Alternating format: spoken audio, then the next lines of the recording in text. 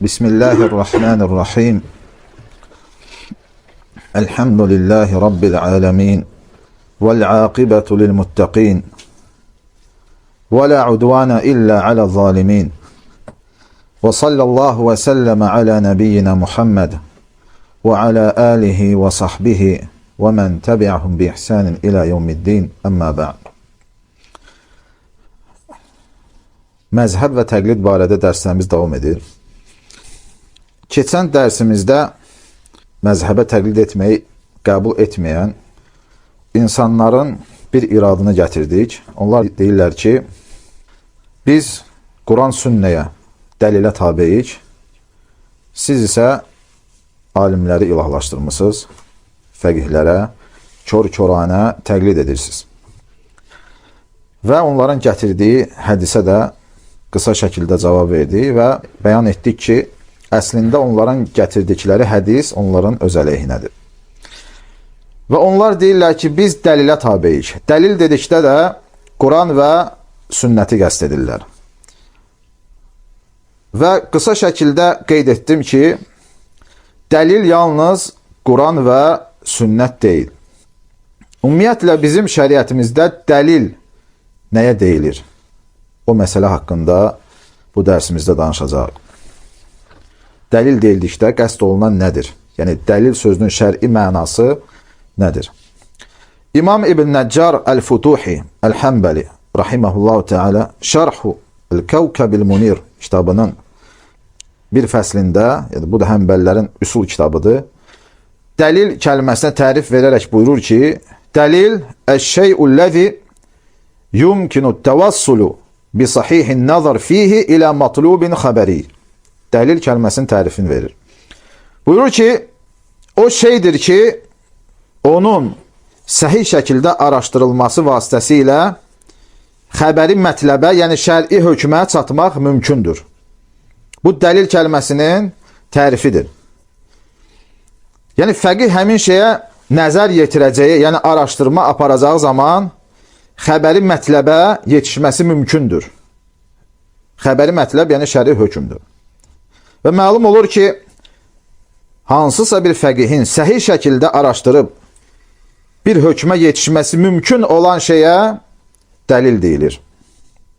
Dəlilin istilahi olan mənası budur. Və şəriətdə gələn dəlillər dediyimiz kimi yalnız Quran və sünnət deyil. Alimlər qatında yekdillik ilə qəbul edilmiş şər'i dəlillər 4-dür. Bunlar Quran, sünnət, icma və qiyasdır. Həmçinin fəqihlər və məzhəblər arasında ixtilaf edilmiş dəlillər də var. Bunlar istishab, istihsan, qavlu sahabiyyi, şər'u mən qablənə, əl-məsalihul mursələ, səddü zərai', əl-urf, əl-istiqra kimi şər'i dəlillərdir. Bütün bunlar şər'i dəlillər hesab olunur və bunlar da alimlərin, məzhəblərin öz aralarında ixtilaf etdiyi şər'i dəlillərdir. İttifaq etdiyi dəlillər isə qeyd etdiyimiz kimi 4-dür. Həmçinin şər'i dəlillər 2 qismə bölünür. Nəqli və əqli dəlillər.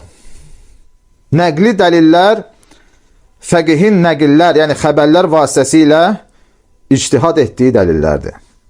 Nəqli dəlillər isə Quran, sünnət, səhabənin sözü, icma və bizdən öncə gəlib getmiş şəriətlərdir. Şər'u mən qablənə, yəni bizdən öncəki şəriətlərdir. Bunlara nəyə görə nəqli dəlillər deyilir? Çünki bütün bu dəlillərin kökü nəqildir. Yəni xəbər vasitəsilə bizə gəlib çatan şeylərdir. Məsələn, Qurandır, sünnətdir, sahabənin sözüdür. Bunlar hamısı xəbərlərdir. Bizdən öncəki şəriətlərdə gələn şeylərdir. Həmçinin icmadır. İkinci qism isə əqli dəlillərdir. Nəyə görə bu dəlillərə əqli dəlil deyilir? Çünki onun kökü ağıldır, nəqil deyil. Yaxud ona görüşlər əsasında olan ictihadın dəlilləri deyilir. Yəni, misal üçün, qiyasdır, istihsandır, məsalihul mursələ, səddü zərai', örf kimi şeylər əqli dəlillər hesab olunur. Yəni, bu dəlillərin əqli dəlillər adlanması onun nəqilə dayanan ağılın bəhrəsi olması səbəbi ilədir. Ancaq burada təbii ki, fəqihin, yəni hansı bir müştehidin əqli nəticələri qəsd edilir. Yəni istənilən adamın ağlına gələn şeylər qəsd edilmir. Bəlli məsələdir ki, əqli dəlillərin nəqli dəlillərlə bağlılığı, yəni sıx bağlılığı mövcuddur. Bəzi insanlar iddia edirlər ki, dəlil yalnız Quran və sünnətdir. Halbuki, dediyim kimi, alimlərin yekdilliyi ilə qəbul edilən şər'i dəlillər var. O dəlillərdən biri də qiyasdır. Qiyas isə əqli dəlillərdən hesab olunur. Alimlərin yekdilliyi ilə, yəni 4 məzhəb fəqihlərinin yekdilliyi ilə qiyas şər'i dəlillərdən hesab olunur. Qiyasın hücciyyətini isə yalnız zahirlər inkar etmişlər. Yəni zahirlər qiyası şər'i dəlil olaraq qəbul etmirlər. Və dediyim kimi, fəqihlərin həm yekdilliyi ilə qəbul edilmiş, həm də ixtilaf etdikləri şər'i dəlillər var. Yəni bəzi fəqihlər və bəzi məzhəblər qatında şər'i dəlil kimi etibara alınan, bəzi fəqihlər qatında isə hüccət olaraq qəbul edilməyən dəlillər var. Yəni bir misal çəkim. Halbuki bu məsələni bizim dərslərimizdə geniş danışmaq doğru olmazdı. Çünki bu mövzu fiqhin üsulları barədə olan dərslərdə geniş danışılan mövzulardandır. Ancaq ixtilaf edilən şər'i dəlillərdən birinə misal çəkim. İxtilaf edilən şər'i dəlillərdən biri qavlu sahabiyyi. Səhabənin sözü. Səhabənin sözü də qeyd etdiyimiz kimi nəqli dəlillərdən hesab olunur. Nəqli dəlillərdən hesab olunur. Çünki səhabənin sözü bizə gəlib çatan xəbərdir. Qavlu sahabi İmam Əhmədin 5 üsulundan biridir. Naslardan sonra İmam Əhmədin istinad etdiyi ikinci üsul qavlu sahabiyyidir. Səhabənin sözü deyildikdə qəsd olunan nədir? Yəni bir səhabə söz deyir və onun sözü alim olan səhabələr arasında rəvac tapır, yayılır və onun sözünə müxalif çıxan bir kimsə də bilinmir. Fəqihlər buna sükuti icma deyirlər. Yəni bir səhabə hansısa bir görüşü irəli sürür, alim səhabələr bu sözü eşidirlər, lakin heç kəs ona bu sözdən ötürü irad bildirmir, hamısı susur. Buna fəqihlər sükuti icma deyirlər. Və bu da İmam Əhmədin məzhəbində ikinci üsuldur. Yəni 5 üsulundan ikincisidir. Və fəqihlər bunun hüccət olub olmaması barədə ixtilaf ediblər. Çünki biz dedik ki, bu ixtilaf edilmiş şər'i dəlillərdən hesab olunur. İmam Əhməd, o cümlədən Əbu Hanifə rahiməhuməllah, səhabənin sözünün sükutu icma və hüccət olduğunu və ona əsasən əməl ediləcəyini demişlər. İmam Əhmədin qatında o sükutu icmadır. Yəni icma hökmündədir. Və həmçinin Əbu Hanifənin qatında o sükutu icma hökmündədir. Və yaxud da icma hökmündədir. Və hər ikisinə görə də səhabənin sözü hüccət hesab olunur. Düzdür, sonradan alimlər onun qəti yaxud zənni icma olması məsələsində ixtilaf ediblər. Bir çox hənəfilər onun qəti icma olduğunu deyiblər. Həmbəllərə görə o zənni icmadır. Bu, təbii ki, məsələnin digər bir tərəfidir. İmam Şafi isə bu məsələdə müxalif olmuşdur və sükuti icmanı qəbul etməmişdir. İmam Şafiyə görə bu hüccət olaraq etibara alınmır. Yəni, hansısa bir səhabənin sözü hüccət olaraq etibara alınmır və icma olaraq hesab olunmur. Çünki İmam Şafiyə görə sükut edən, susan bir insana heç bir görüş nisbət edilməz. Yəni, əgər insan heç bir şey demirsə, o demək deyil ki, onunla razıdır. İmam Şafi onu hüccət olaraq qəbul etməmişdir. Düzdür, Şafilərdən onun hüccət olduğunu deyənlər də var. Bəziləri onun müəyyən şərtlərlə sükutu icma olduğunu qəbul etmişlər. Təbii ki, bu artıq başqa bir mövzudur. Ancaq fəqihlər arasında səhabənin sözünə dair müxtəlif görüşlər var və onlar onun şər'i dəlil olması məsələsində ixtilaf etmişlər. Dediyim kimi, İmam Əhməd və həmçinin Əbu Hanifə onun sükutu icma olduğunu demişlər və onun həmçinin hüccət olacağını demişlər. İmam Şafi isə onu qəbul etməmişdir. Təbii ki, ixtilaf edilən şər'i dəlillərin təfsilatını öyrənmək istəyənlər bunu fiqhin üsullarına dair yazılmış kitablarda oxuya bilərlər.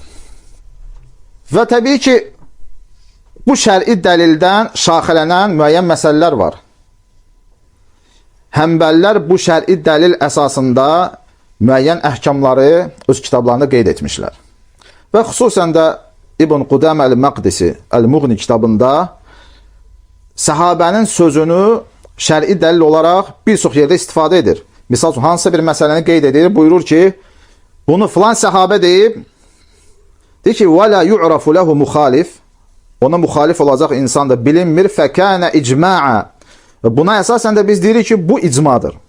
Təbii ki, icma deyildikdə burada sükutu icma qəst edilir. Misal üçün, Həmbəli məzhəbinə görə insan meyti yuyarsa, onun dəstəmazı pozulacaq. Onların bu məsələdə gətirdikləri dəlil səhabənin sözüdür. Deməli, İbn Abbas və həmçinin Abdullah ibn Ömər bir insan meyti qusl edəndən sonra ona dəstəmaz almağı əmr edərdilər. Və həmbəllər deyirlər ki, bu iki sahabənin gətirdiyi bu hökmə heç bir sahabə müxalif olmayıb və bu da icma hökmündədir.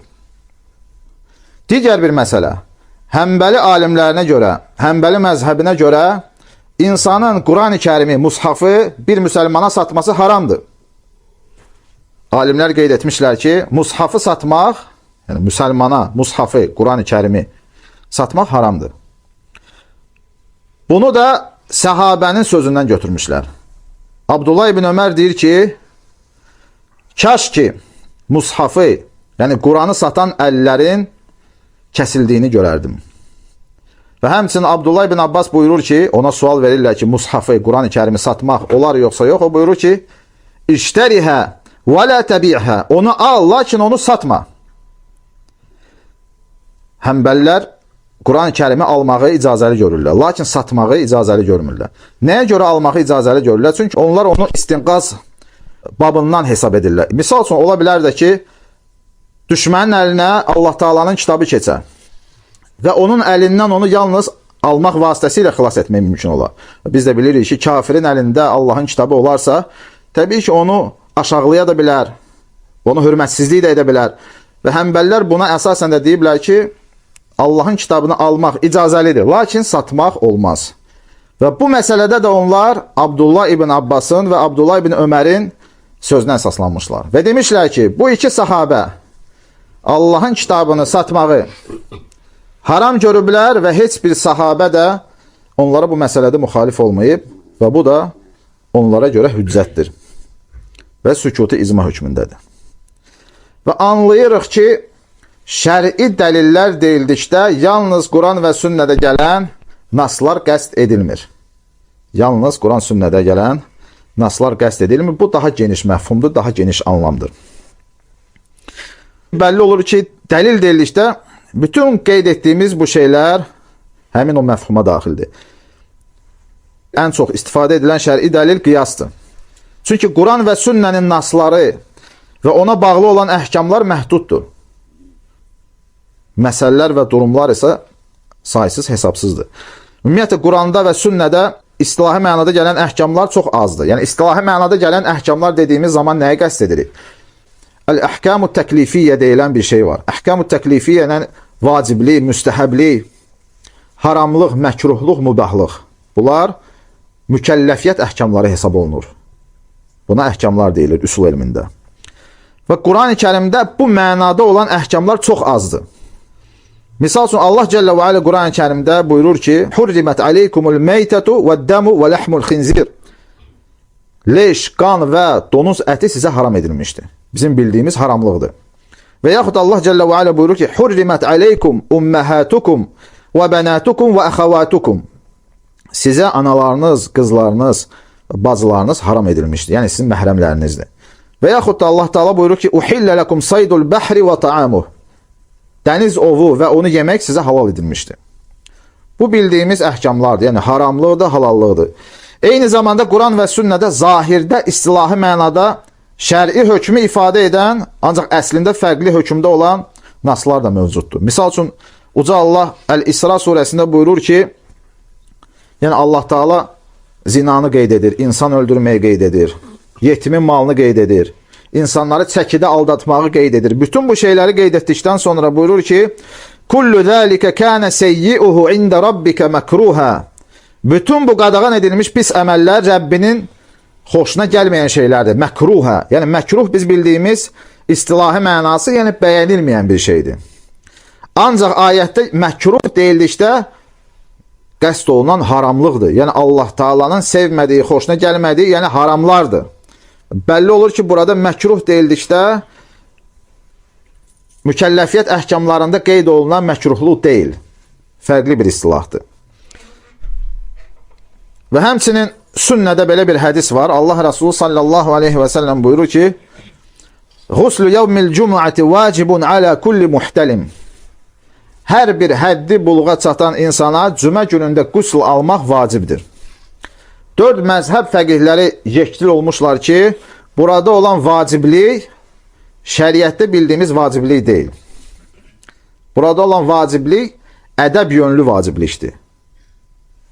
Halbuki alimlərin yekdilliyi ilə, yəni 4 məzhəb alimlərinə görə cümə günündə qusl almaq müstəhəb əməllərdən hesab olunur. Hədisdə gəlir ki, vacibdir.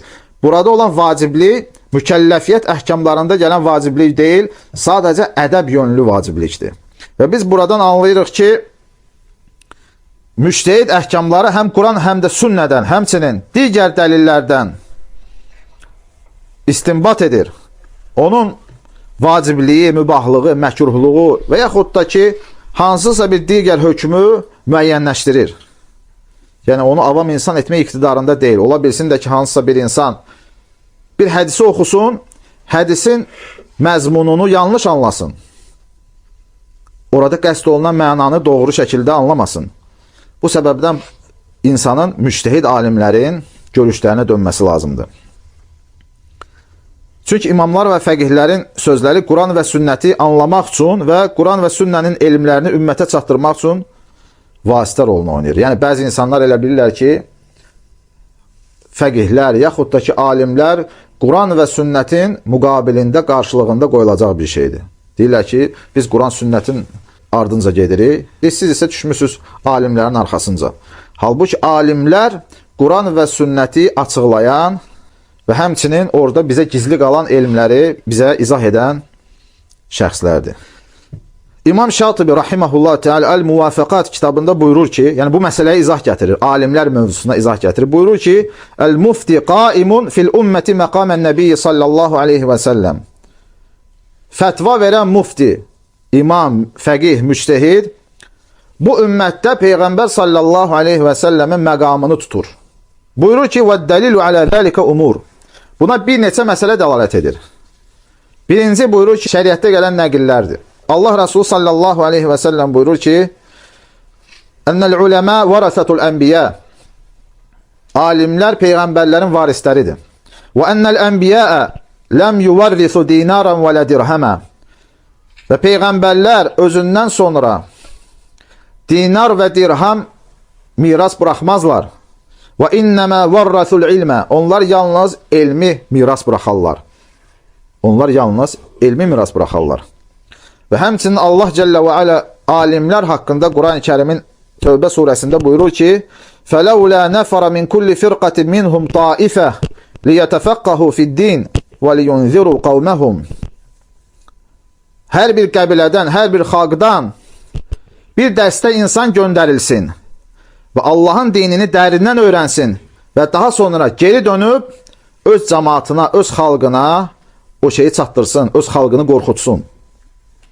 Və sonra buyurur ki, bu birinci məsələdir. Sonra buyurur ki, ikinci, Ənəhu naibun anhu fi təbliğil əhkəm.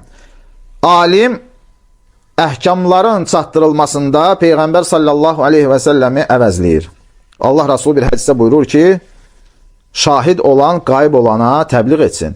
Yəni, bilənlər bilməyənlərə çatdırsın. Və daha sonra buyurur ki, üçüncü məsələ, Ənəl mufti şəri'un min vəcih. Fətva verən fəqih müəyyən bir yöndən təşri edən hökmündədir. Yəni Allah Resulü sallallahu aleyhi ve sellemin şəriətində əhkamları ortaya gətirən hökmündədir. Buyurur ki, لِأَنَّ مَا يُبَلِّغُهُ مِنَ الشَّرِيعَةِ إِمَّا مَنْقُولٌ عَنْ صَاحِبِهَا وَإِمَّا مُسْتَنْبَطٌ مِنَ الْمَنْقُولِ. Çünki onun şəriət adından çatdırdığı şeylər iki qismə bölünür. Ya o şəriət sahibindən o şeyi çatdırır, yəni nəql edir, və yaxud da ki, o nəql olunan şeylərdən əhkamları istinbat edir, yəni əhkamlar çıxarır. Birinci halda deyir ki, o təbliğ edən hökmündədir. Yəni, əgər o nəql edirsə, o mübəlliğ hökmündədir. İkinci halda isə o, əhkamların ortaya çıxarılması məqamını alır. Və sonra buyurur ki, və inşaul əhkam innəmə huvə liş-şari'. Əhkamları ortaya gətirmək isə nədir? Şəriət sahibinə aid olan bir şeydir. فَإِذَا كَانَ لِلْمُجْتَهِدْ إِنْشَاءُ الْأَحْكَامِ بِحَسَبِ نَظَرِهِ وَاجْتِهَادِهِ فَهُوَ مِنْ هَذَا الْوَجْهِ شَارِعٌ وَاجِبٌ اتِّبَاعُهُ وَالْعَمَلُ عَلَى وِفْقِ مَا قَالَهُ. Sonra buyurur ki, əgər müctəhid əhkamları ortaya gətirirsə, yəni müctəhid öz araşdırması və ictihadı nəticəsində əhkamları ortaya gətirirsə, bu zaman o bu yöndən təşri edən hökmündədir və ona tabi olmaq vacibdir və onun dediyi sözə uyğun olaraq da əməl etmək gərəkdir. Və həmsinin Əl-Muvafaqat kitabından digər bir yerində buyurur ki, Fətəvəl müctəhidinə bin nisbəti iləl-avam kəl-ədilləti şər'iyyə bin nisbəti iləl-müctəhidin. Buyurur ki, müctəhidlərin fətvaları avam insanlara nisbətdə, müctəhidlərə nisbətdə olan şər'i dəlillər hökmündədir. Yəni, avam insanın müctəhidin sözünü götürməsi və ona uyğun olaraq əməl etməsi vacibdir. Nəyə görə? Çünki o, onun üçün şər'i dəlillər hökmündədir. Buyurur ki, وَالدَّلِيلُ عَلَيْهِ. Ona dəlil nədir? Deyir ki, أَنَّ وُجُودَ الْأَدِلَّةِ بِالنِّسْبَةِ إِلَى الْمُقَلِّدِينَ وَعَدَمَهَا سَوَى. Müqəllidə nisbətdə dəlilin olması və yaxud da ki, olmaması bərabər hökmdədir. Çünki müqəllid dəlilin nə olduğunu anlamır və ondan heç bir əhkam istinbat etmək gücündə deyil. Sonra buyurur ki, əgər onlar dəlillərdən heç bir fayda götürmək iqtidarında deyillərsə, bu zaman onların, müctəhidlərin ortaya gətirdikləri və yaxud istinbat etdikləri hökmlərə tabi olmaq lazımdır. Və buradan anlaşılan odur ki, yəni İmam Şatibinin sözlərindən anlaşılan odur ki, bu imamlar, bu fəqihlər Allah Rasulunun şəriətinin daşıyıcılarıdırlar, onun varisləridirlər. Və onlar Allah Rasulü sallallahu aleyhi və səlləmin şəriətini ya nəql edirlər, ya da nəql edilmiş dəlillərdən əhkamlar ortaya gətirirlər. Bu yöndən onlar şəriətin daşıyıcıları hesab olunurlar. Və məzhəblə təqlidi inkar edənlərin bir yayğın iradı var. Və onlar deyirlər ki, necə olur ki, siz Allahın və Rəsulunun sözü gələndən sonra öz məzhəbinizin imamını tərk etmirsiniz. Deyir ki, dəlil gəlir, siz öz imamınızın sözünə təəssübkeşlik edirsiniz. Mən Allahın Rəsulunun sallallahu aleyhi və səlləm sözlərini gətirirəm, ondan hədis gətirirəm. Sən isə deyirsən ki, Abu Hanifə belə deyib. Və yaxud da deyirsən ki, Şafi belə deyib. Və təbii ki, keçən dərsdə onların bu iradına müəyyən qədər cavab verdik. Hənəfi alimlərindən Əl-Keyranəvi rahiməhullah bu məsələyə açıqlama gətirib cavab verib. Onların gətirdikləri bu irada. Onlar deyirlər ki, mən səhih hədis gətirirəm, sən isə deyirsən ki, Abu Hanifə belə deyib. Yəni, Abu Hanifənin sözünü tərk etmirsən. Mən sənə Allah Rasulunun sözünü gətirirəm. Mən sənə səhih hədis gətirirəm, sən isə deyirsən ki, Abu Hanifə belə deyib. Bu irada Keyranəvi cavab verir. Buyurur ki, bu sizin fasid olan zənninizdir və batil düşüncənizdir.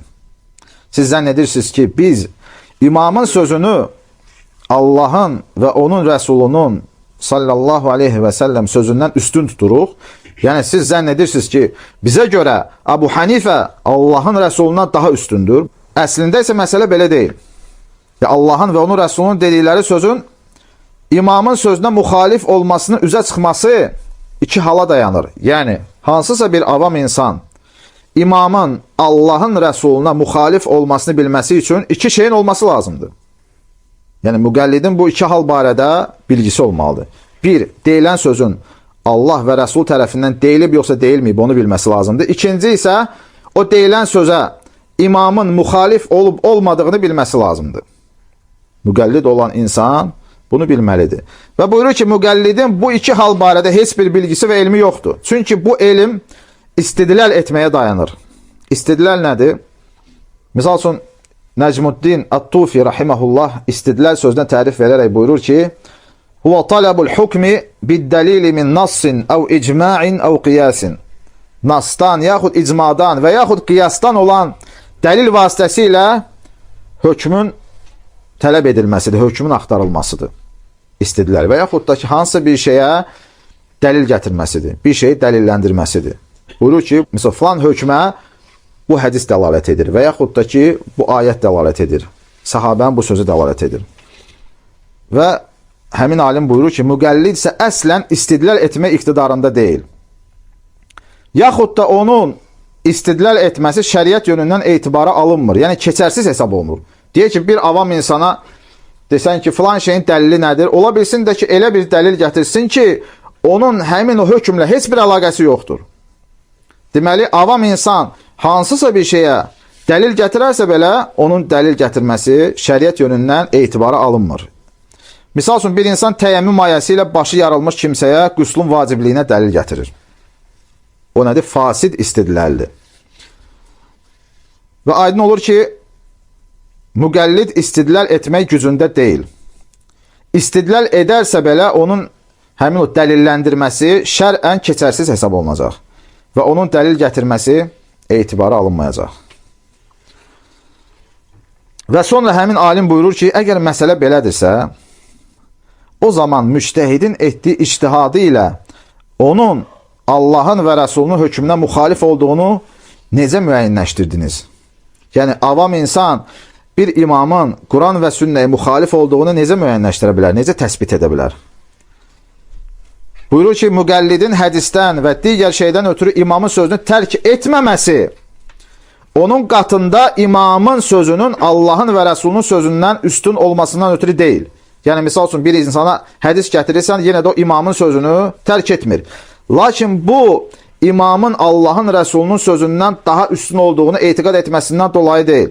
Sadəcə həmin müqəllidin qatında təqlid etdiyi imamın Allahın və Rəsulunun sözünə müxalif olması sabit olmayıb. O buyurur ki, hələ imamın dediyi söz Allahın və Rəsulunun dininə müvafiqdir. Ki, imamın etdiyi ictihad təqlid edən şəxsin qatında Quran və sünnətə müxalif deyil. Çünki dediyimiz kimi, avam istidlal əhlindən deyil. İmamın sözünün müxalif olub olmadığını o insan təsbit etmək iqtidarında deyil. Məsəl üçün, bir adam deyir ki, hədis var, səhih hədis var, İmam Əhməd o hədisə müxalif olub. Məsələn, səhih hədis gətirdiyindən dolayı o insanın dediyi söz götürülməlidir, yoxsa götürülməli deyil. Götürülməli deyil, nəyə görə? Çünki o insan istidlal əhlindən deyil, o insan ictihad etmək iqtidarında olmayan şəxsdir.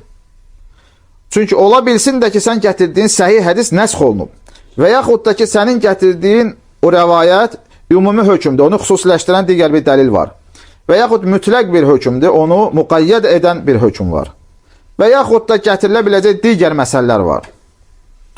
Bu səbəbdən hansısa bir avam insanın və yaxud da ki, müctəhid olmayan bir kimsənin mən sənə dəlil gətirirəm, sən isə düşmüsən Abu Hanifənin, yaxud İmam Əhmədin və yaxud da ki, Malikin dalınca, bu söz heç bir dəyəri olmayan sözdür və şəri əsaslara dayanmayan bir şeydir.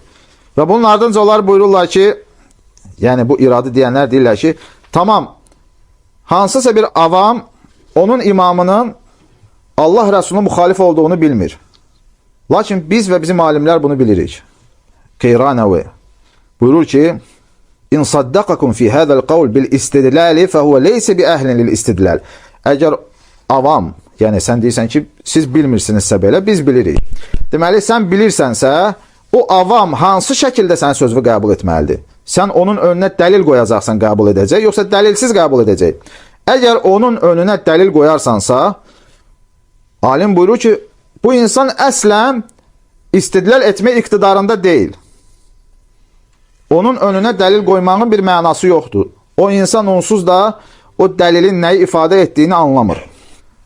Yox, əgər o sizin sözünüzü dəlilsiz qəbul edərsə, bu zaman sizə təqlid etmiş olacaq. Sonra buyurur ki, وَلَيْسَ أَحَدُ التَّقْلِيدَيْنِ أَوْلَ مِنَ الْآخَرِ. Bu təqlidlərdən biri digərindən üstün deyil. Yəni, fərqi nədir ki, öncə də təqlid edirdi, sonradan sizə təqlid etməyə başladı. Yəni, təqlidlərdən biri digərindən üstün deyil. فَكَيْفَ يَتْرُكُ تَقْلِيدَهُ السَّابِقِ وَيَرْجِعُ إِلَى تَقْلِيدِكُمْ. O necə olur ki, öncəki təqlidini tərk edib, sizə təqlid etməlidir. Halbuki, öncəki təqlidi böyük imamlara, müctəhidlərə idi. Deyir ki, insan Abu Hanifə yaxud da ki, Şafiyə təqlid edirdi. İndi isə sənə təqlid etməlidir. Və yaxud da sənin aliminə təqlid etməlidir. Halbuki, sənin alimin heç ictihad dərəcəsinə belə çatmayıb. Buyurur ki, avam bir kimsəni dəlillə ilzam etmək doğru deyil. Demək ki, mən Quran və sünnətdən dəlil gətirirəm, sən isə düşmüsən hansısa bir imamın arxasınca, sən təəssübkeşsən, əslində bu belə deyil. Avam insan, yəni müştehid olmayan hansısa bir insan öz imamının istinbat etdiyi hökmə əsasən əməl edirsə, bu o demək deyil ki, o Allah Rasulunun sünnəsini inkar edir və yaxud da ki, Allahın şəriətini qəbul etmir. Xeyr, bu ondan ötürüdür ki, həmin insan qatında onun imamının Allah Rasuluna müxalifəti sabit olmayıb. Bu səbəbdən o, öz imamının iştihadlarına təqlid edir. Sabit olmamasının səbəbi də qeyd etdiyimiz kimi, o insanın iştihad nəticəsində çıxan əhkamları araşdırmaq iqtidarında olmamasıdır. Çünki o insan tərcih əhlindən, yaxud da ki, müctəhidlərdən deyil. Bu məsələnin cavabı budur. Və inşallah ki, gələn dərsimizdə bəzi imamların hədislərin zahirinə müxalif olması məsələsinə toxunacaq və bu da təbii ki, iradlardan biridir ki, onlar deyirlər, məzhəblərdə batil və zəif görüşlər çoxdur. Ona görə həmin o məzhəblərin dalınca getməyi doğru deyil. Çünki onlar bir çox səhih hədislərə müxalif olmuşlar. İnşallah ki, bu məsələ barəsində danışacaq. Allah Cəllə və Alə bizi eşidib fayda götürən qullarından etsin. Və subhanəkəllahumə və bihamdik. Əşhədu ən la ilahə illə ənt. Əstəğfiruka və tubu iləyik.